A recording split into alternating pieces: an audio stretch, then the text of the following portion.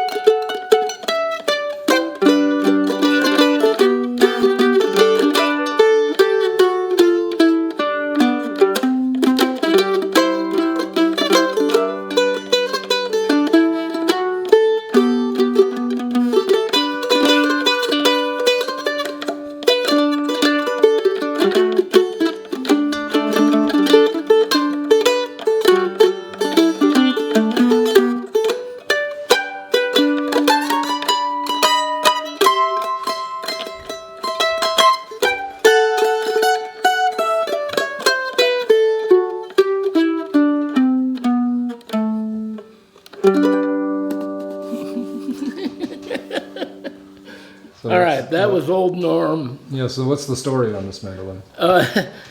This one was made in, I made this in 1978 at the Lancaster place, no electricity. It's patterned after the Gibson Army Navy or the Flatirons that were being made in Montana about the same time. And it's the simplest form of a mandolin that you can imagine, and has a, you know, the features of it. It has a really nice long neck, so you can go up and down the neck pretty easy. And this particular mandolin features some wood I got from Oakville, Washington, that was in a barn that was supposed to be already 100 years old in 1978. Oh, wow. I still have some pieces of it. And the tuners, you said, were old? Yeah, the tuners are from 1900 or the early 1900s, and I got a deal on 3 sets of these, and they're way better than the tuners you get these days. I mean, they work really well. They're made in Germany, I think, before World War I, when things from Germany became out of fashion shortly after that, or before that, I guess. I don't know. All right. Now I may have to stop and tune this one up. Yeah, I'll stop it here.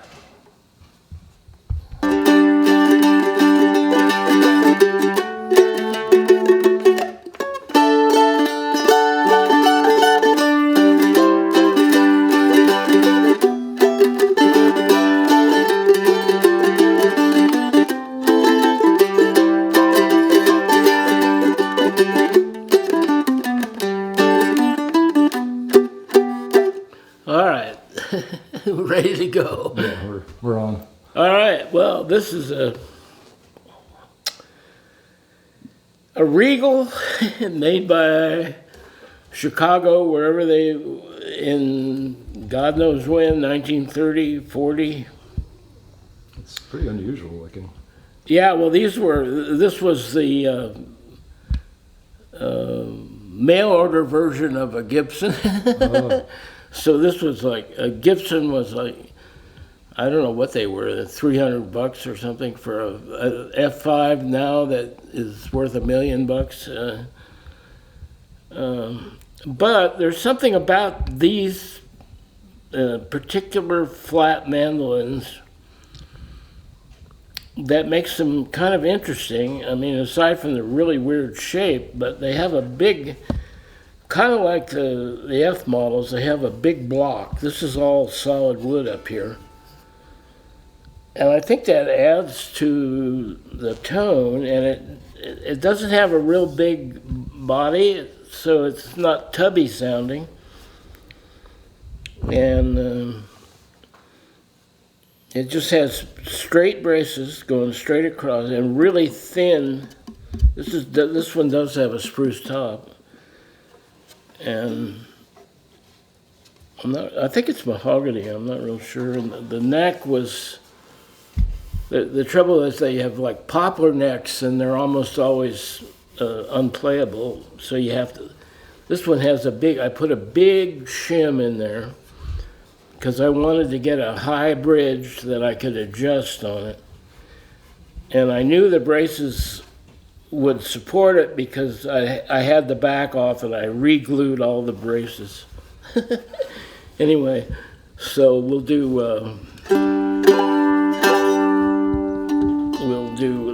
try to do those same tunes. We'll start with Banks of the Ohio.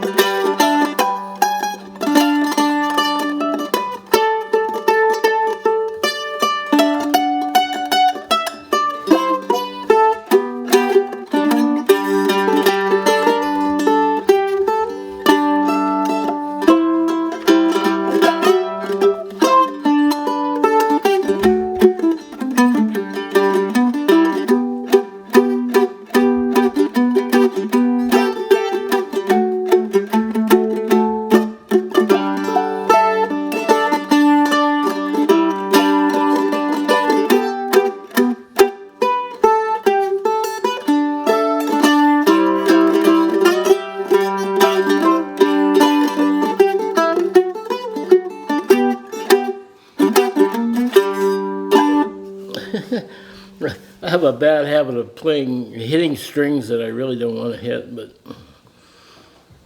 there isn't much I can do about it.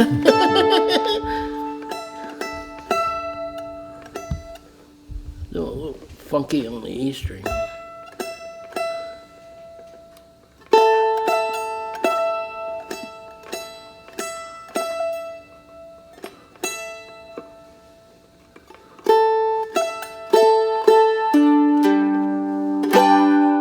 This mandolin has really cheap tuners on it, but they're pretty good.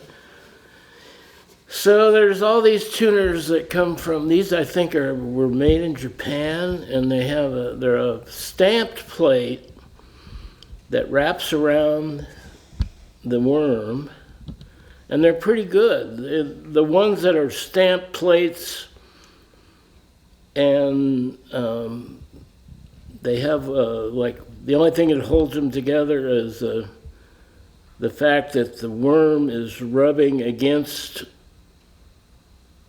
this gear, and they wiggle back and forth. They're horrible. You can't adjust them, but these work pretty good. Anyway, but they're hard to find because I don't know if anybody actually makes them anymore. I don't know.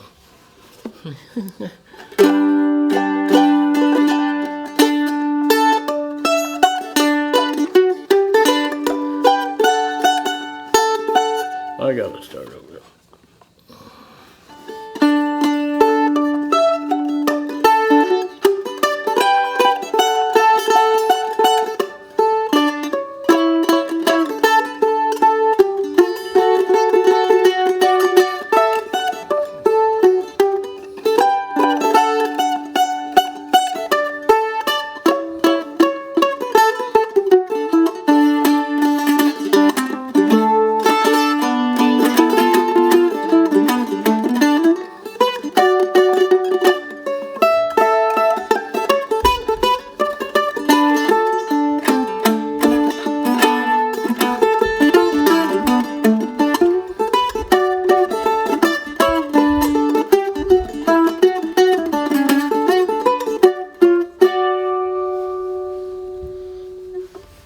All right, now it's kind of annoying because it has such a short neck. So you get up in here and you got to work around a little bit with it. But it's really it's a jug band mandolin, and it's designed to be played violently or drunkenly. Who knows?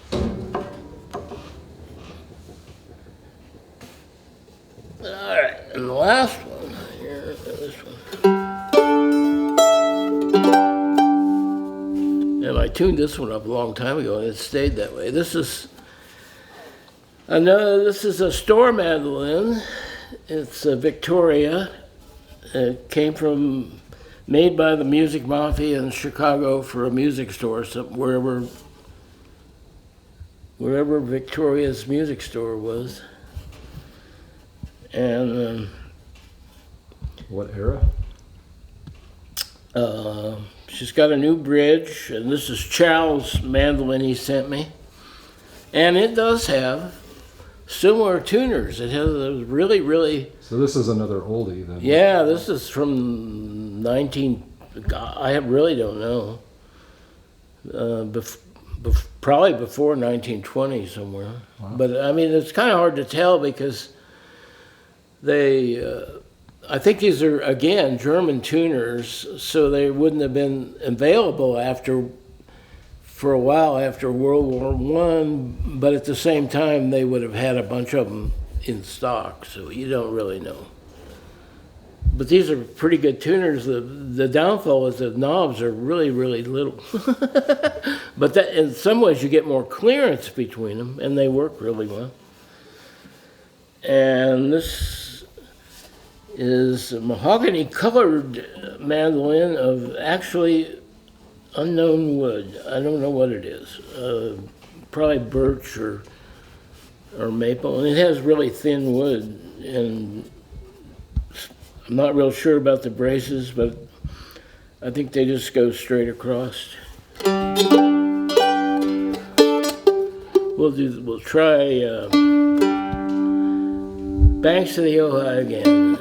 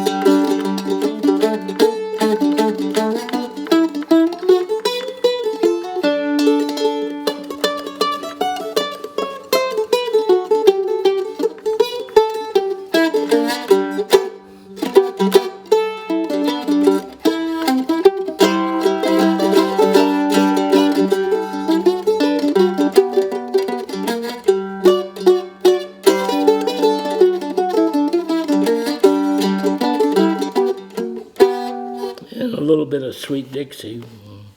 Actually, this mandolin is particularly fun to play, and it has a really nice neck.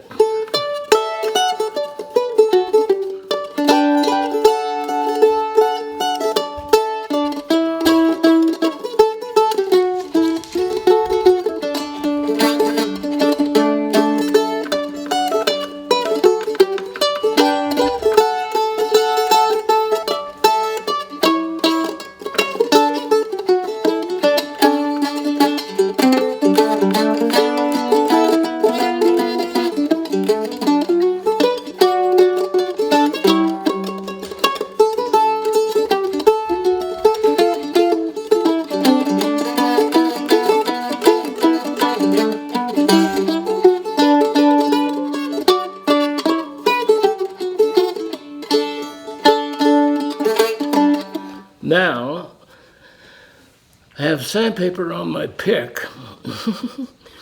and my hands lose the grip on the pick, and the sandpaper kind of helps, but so as I was playing that song, I was losing the grip on my. So when you accuse somebody of losing grip on life, you can use me as an example.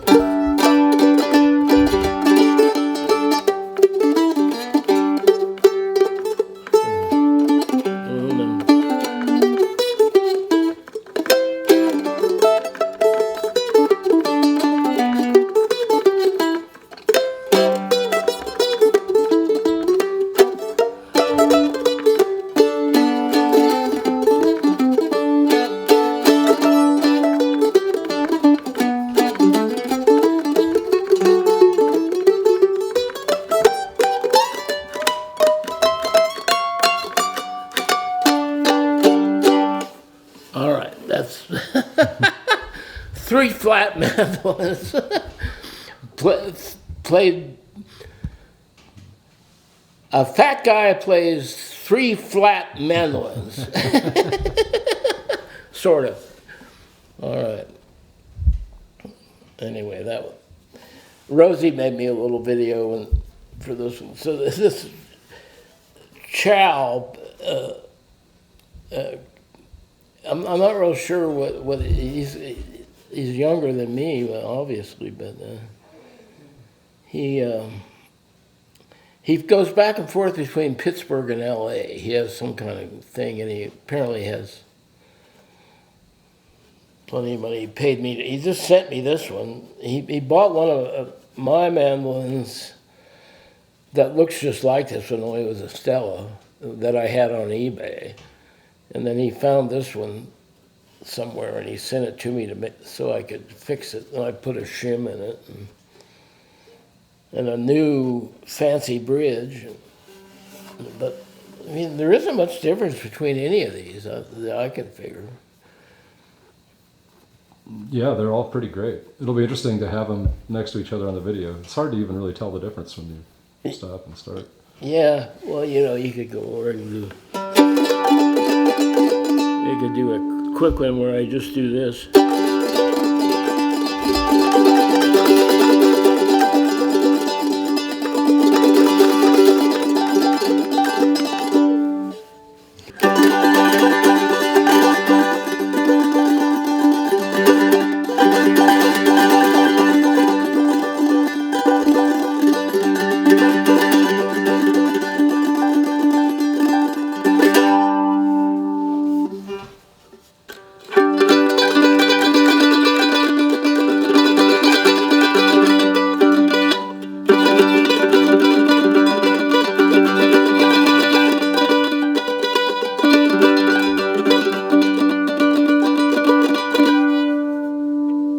This one has more wood in it. Yeah, they all have different sounds. That one is definitely woodier.